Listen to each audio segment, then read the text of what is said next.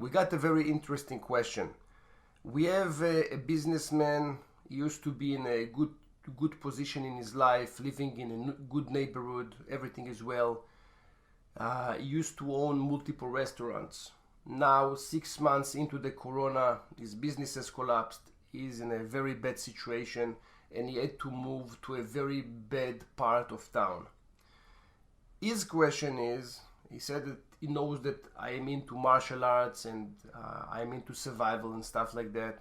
And he wants to know what he can do when he lives in a bad area. He expects to get attacked at some point because he sees happening around him all the time. And he's afraid that he will be in this situation. If there is any tip that we can give him. I think that whenever you look at self-defense in general and people needing to survive, it always comes down to one thing: being able to put priorities in front of each other. Okay. And I'm just going to throw out an example. If somebody comes up to you, puts a knife to you and says, "Give me your money," I give him the money. Exactly. And I think modern media and movies, show that you should try to steal the gun or the knife or just do everything you can to attack the guy. But I think priority is you have to stay safe. So the way that I see it, it's a bit different. The confrontation level, that's the last step. So if you're planning, let's say, a project, the last step of the project will be, getting paid, whatever it is. Having a confrontation with someone and having a fist fight, that's the last point of the project. If you look about our family, okay? So yesterday at night, what did we do? You and me, we went to the car, we went to the lake. The lake. What did we do at the lake? We swam. We swam. How cold was the water? I think it was like 6 or 5 degrees. 5 degrees. Why the hell normal people go to the lake when it's winter and it's cold and they go to the lake? Did you ever think about why we're doing it? We are not good in our brain, but except that. Well, we're doing it because we're trying to follow the Wim Hof method. Okay, why we're doing the Wim Hof method? I would say health, but I think it has to also do, with building a connection as well as being a little bit healthier and proving that we could do this kind of stuff. Okay, so you're preparing for something, right? Right now you have the corona, but you have flu, you have lots of shit going on around us. When was the last time you've been sick?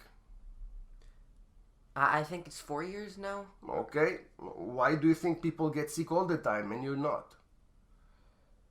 I think I live a pretty healthy life. I exercise regularly. I eat good food. Okay, and what about before 4 years? Were you sick all the time? A lot more than I am now. What changed? You've been sick all the time. I was sick all the time. Your mom was sick all the time. Your siblings were sick all the time. Now no one is sick. Magic. Yeah. Right? So that's exactly the same like John's question. Exactly the same. You are not going into sickness and then you say, okay, let's find out how can we fix it. Dude, it's too late. You got into a fist fight. Before that, if we need to answer John, the first step is, first of all, understand when everything is good and you have, regular life, you need to come to an understanding that shit will happen. It's naive to think that you can pass a lifetime with not even one confrontation with someone that can end up in something bad. Yeah. And whenever this idea goes through with people of going through life without challenges, it has a lot to do with the modern life. We have everything directly in front of us now. Mm-hmm. and we have everything. We have Amazon. We're able to get anything that we want whenever we want it, and we don't have to fight for anything. We You don't also have the police on the phone, and you have everything on the phone, right? The problem is they're not accessible for you when you have a fist fight, right? But I think the question that John was really trying to ask is, even though you're explaining that it's what you're supposed to do before you get into that fight or before you get mugged, but what can you do to raise your chances of not getting into that encounter? Right now, it needs for sure to start practicing. Now, practicing martial arts, practicing, train every day. It doesn't work like that. Look, as I said before, the fight will be the last step of the project. It's the last step. First of all, you need to understand that at one point in your life you are going to be in this situation. And then you need to start having physical training at least 3-4 times a week. Your stamina need to be in a good shape. You need physically to be able to handle situations. You need to know how to handle weapons. I know it sounds crazy. Why are you going to shoot someone? Maybe. I don't know. You see around you that there are cases that you have terrorist attack, you have criminals that coming with guns. I'm not making up something crazy. I'm not saying go and shoot people. I'm just saying just know how to handle a weapon. Don't even carry one. Just know how to do it. It's part of how we live these days. And once you know some martial arts, you understand that physically you're strong. You know how to carry or handle a weapon. The way that your posture is, the way that you walk, the way that you talk, the way that you look at people, just this kind of energy will tell them, do not mess with me. And that's really the message. Yeah, no. When I think a lot about questions that people might ask, it's involving, why would I even need to be connected with weapons? Or it might have to do with fear, or I'm probably not going to get into fights. But I don't think it entirely even has to do with just knowing how to handle yourself for a fight. It's like the samurais from Japan. They were masters of the sword, but they would do dance. They would do art. Mm-hmm. It's not just about the exact topic. It's not just about fighting. It's about everything that could connect it. Mm-hmm. Sure. Do you think just knowing how to defend yourself or being physically strong could help in a business situation? Absolutely. The brain doesn't understand a fight or a business conflict or negotiation. The brain going into a danger zone that there is a problem. Whenever you're cornered with a problem that the brain cannot solve, you have cortisol level going up in your body, and you basically, your blood pressure goes up, immune system weakening. The body is going into a specific state of attack. This is exactly like a fight. And when you used to fight people in the gym or handling weapons with all the loud noises, all that is just making your body being more immune to those problems and how to handle the cortisol level in your body. 100% I will tell you that me being a martial artist is helping me tremendously in ending conflicts. Okay, so where could you go from there? You really try every day, and you fight, and you train, and you become healthy. But where do you go from there? So just because you did that, just because of that, your posture, the way that you walk, the way that you handle yourself, it's totally different. when you look at someone, if someone is coming to you and he will have some kind of a problem with you, the way that you will talk to him and you will look at him, he will feel your energy and he will not mess with you. It's just about that. Now, if you go into a confrontation, if you go into this place that you don't want to go, and I believe that no sane person wants to go into a fist fight, okay, because of thousand things. If you are going to be in this situation, at least you're physically capable of doing it.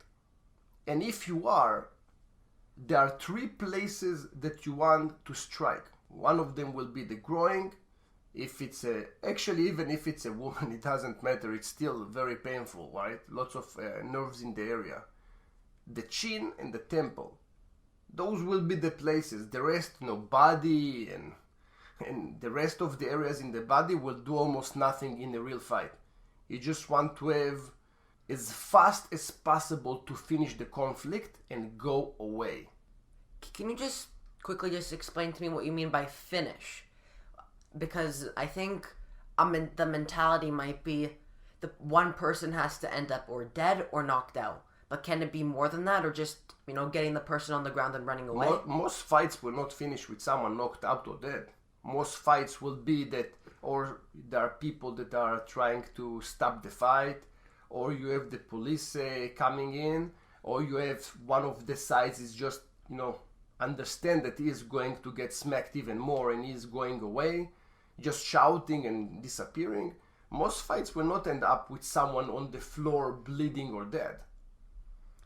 And I think whenever I look at people who are really hesitant of getting into fights, or just in general of training or even handling a firearm or a weapon, it's fear. The fear of, what if I get into a fight and I get in trouble with the police, or I just don't want to hurt somebody? Makes sense. I don't want to hurt anyone. I was in 2 conflicts in my life, like real serious conflicts. And I used to live in a very bad city. Very bad. Lots of crime, stores, torched on fire, lots of mess. I was part of a very bad place and I had only 2 real big conflicts. So, of course, I'm trying not to have fights. I'm normal. Why would I fight with someone? Even if you have someone that is not strong and you are 1,000 times, better than him, he can still have a small gun or a knife or a big family behind him of crazy people, right? You cannot win a fight. Because right now, where we are, we're right now in Canada, Toronto, and this is actually a very good area. Mm-hmm. Okay, I know that all of Canada isn't as great, but this is a very good area where people can be very friendly. But there, like you already said, you were in a neighborhood or in an area where people were very, very bad, and it was a lot of crime. Lots of, not bad people, just people that are trying to survive. It just when you have no money to feed your kids, you will do things that are unimaginable because you need to bring food on. So while we're on this live or die or fight or flight little segment, you've always been telling me that you've always been prepared for if the government fails or something like that. Mm-hmm. We have bags for the apocalypse where we have food and we have blankets and we have stuff like that. Mm-hmm. If you go to and that's something that I always have a debate with people, and probably half of the people that listening now say, he's crazy.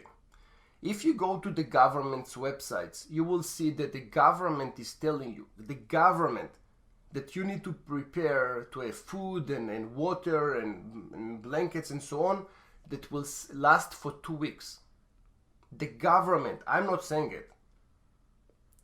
And right? When we're looking at that, it's really crazy to think that if you are gonna need 2 weeks of food and water, it's because the government can't supply you with those things. True, but the worst situations in the world, not even about the government failing, it's about no electricity for 2 weeks in some areas. So what do? You have no gas, no cars, pumps not working, no water in your tub, no fridge, most of your food is gone. What's next for you? This is why I know how to fish. This is why I know how to hunt.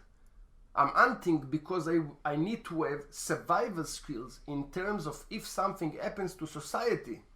And it doesn't need to be apocalypse. It can be also something minor, such as no electricity or no water or some kind of a, like now we have the pandemic, right? So right now it's not that dangerous and just small amount of the population is being affected from it. But what if you will have some kind of other disease that you are really in trouble and you need to go to a remote area to survive? What you doing? No Walmart, man, no Costco. Whenever we just look at people in general, not people, because that's not fair, because I know that there are a lot of people who do learn this stuff and are healthy. But I think in our community, the place where we live, no, not too many people are prepared for this type of thing. Do you think that there's something that you can do to prepare? Yeah, of course. First of all, like Jim Rohn always says, become more than you are. Don't wish for less problems. Wish for more skills. Learn more. We have access to unlimited amount of information. I learned everything I know about survival from the internet. There are no courses that I know of in my area to learn how to survive. But I need to know how to survive. Someone told me that he went with a boat in our area and he got into a big storm and he almost, died.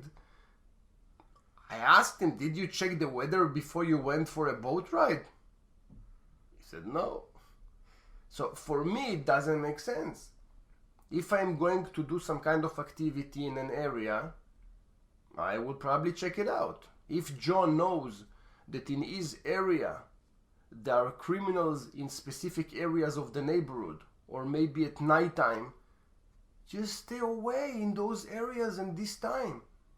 There is always a way to reduce your chances to being attacked, reduce your chances of getting a bankruptcy. I'm working with business owners all the time. I am always asking them to keep money aside for a rainy day, because this rainy day will come. And now in the corona time, those people are surviving the corona, even though their businesses, half of them are shut down, because they have enough money to survive this crazy time. We have plans.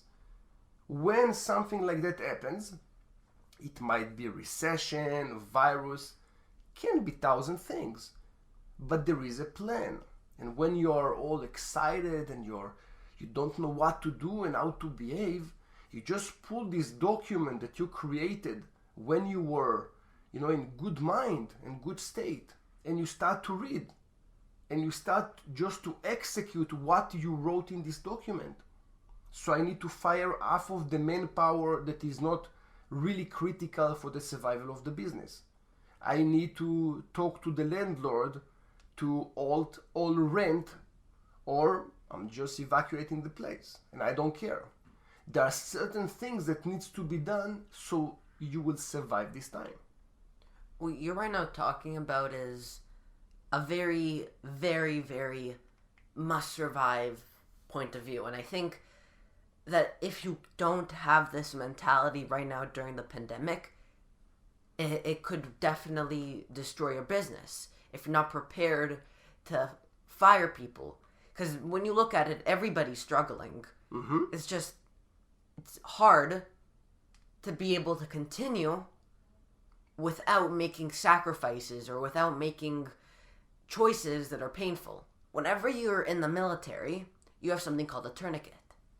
And you get this tourniquet and you have to use it if you ever have a really large injury in your leg, your arm, where it's bleeding and you're at risk of bleeding out. Mm-hmm. And normally what you do is you wrap it, and it's incredibly tight, and it stops the blood supply to that area. Mm-hmm. Yep, and you will lose the leg or the arm. Yeah. And people who make those decisions, they usually survive or have a higher chance of surviving, but it's almost guaranteed that they're losing that limb. Yeah, if I think like 5 minutes or something like that, because it start to get like no oxygen, Yeah. and it start to get rotten. This is the same thing in business.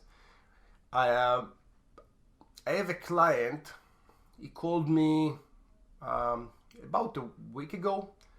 He said that he's being blackmailed by some hackers. They, in the last year, they went into his organization. It's a big company. They installed encryption software on his database, software, everything, and they will not giving him the decryption unless he's paying them a very large amount of money. It's about 15% of his revenue. It's a massive amount of money. Now, he involved some special IT security personnel to help him with this situation. And the main problem is, first of all, during this negotiation with the hackers, and it is all about negotiation. If someone is listening right now and one day you will be in a situation like that, just know that you can negotiate your way and you can get, it's weird to say, but you can get great deals. So you can get about, sometimes pay even 10% of what they're asking. It's just about good negotiations. Now, this company was able to survive this scenario and not give any money to the hackers and rebuild their infrastructure for less money if they had proper backups. The problem is that the company hired a third-party company to do backups for them. The third-party company never tried to restore the backups. So they were backing up, backups were showing it's all good, it's all good, it's all good. The problem is that the backups were corrupted and there was no way to recover the backups. So the bottom line is they had the backups with no ability to restore, and now they had to negotiate with the hackers. And I think yesterday or the day before, they were able to reach an agreement with the hackers, and they decrypted most of the data. Some of the data was not able to decrypt. So not only did they lose a huge amount of money, Huge.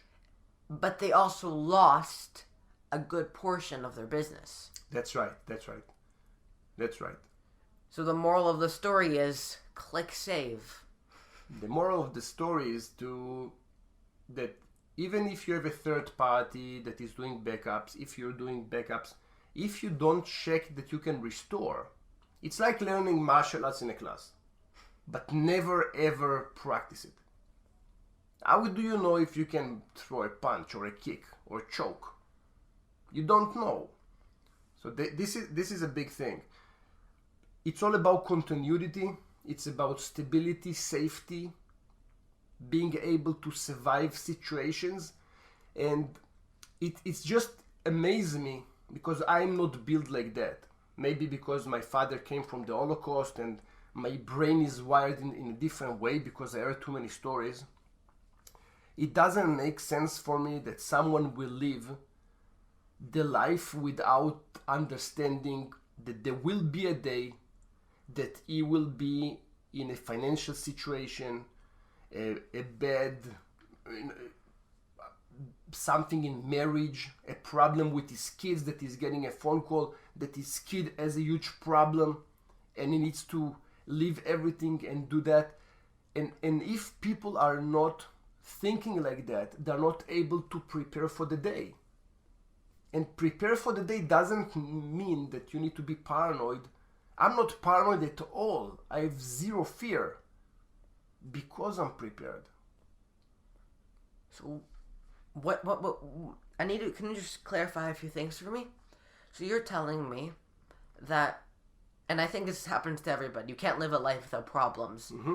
there might be a day, or there will be a day, where something incredibly difficult happens. You might lose your house, you might lose a family member, somebody might become very sick. Mm-hmm.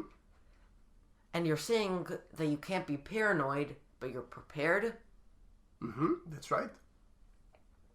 So, as I see it, being paranoid comes from a point that your brain doesn't know how to react.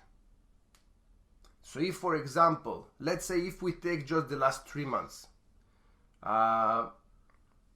we lost a very close family member. We had, my parents got corona and they're not young. There were so many events in this time. Most people that are not prepared for those kind of situations will be in a very difficult place. But my business didn't, was not hurt, not even a bit. Personal life, we were still doing everything. So nothing really been shaken too much because of the situation. It's because we are prepared, right? You understand? So because I know that I have a plan for most things, not everything. It's about statistics. I'm reducing the chances, not eliminating, reducing the chances to get caught off guard. And what you're talking about is something that I remember a while ago, a long, long time ago, it just came to me. You talked to me about a topic. You talked to me about global warming, I think it was. Mm-hmm. When I was freaking out about it, I would say, oh, the sun one day might explode, all these different things. Mm-hmm. And I was having my own young life crisis, how the world might overpopulate, stuff like that. And then you told me, okay, what can you do to stop it? Or, okay, tell me what you can do about it. And I say, I can't do anything about it. Then you say, then why are you still thinking about it? Yep. Why should you be scared of things that are out of your control?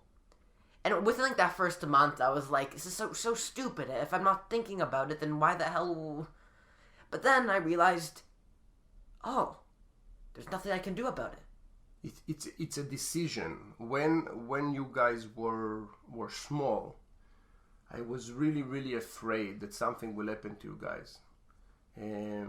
Especially that back then you went to Jewish school and there were some attacks on Jewish schools from anti-Semitic people, and I was really, really afraid that something will happen to you guys. And I was even trying to have my meetings in coffee shops in the area of your school in case that one day I will get a phone call or I will know that something is going on in the area. And I plan to go in, right? Bypass the police. I don't care. I will be there. And at one point, it was so severe that my anxiety was so severe that I was so afraid that I got paralyzed from fear.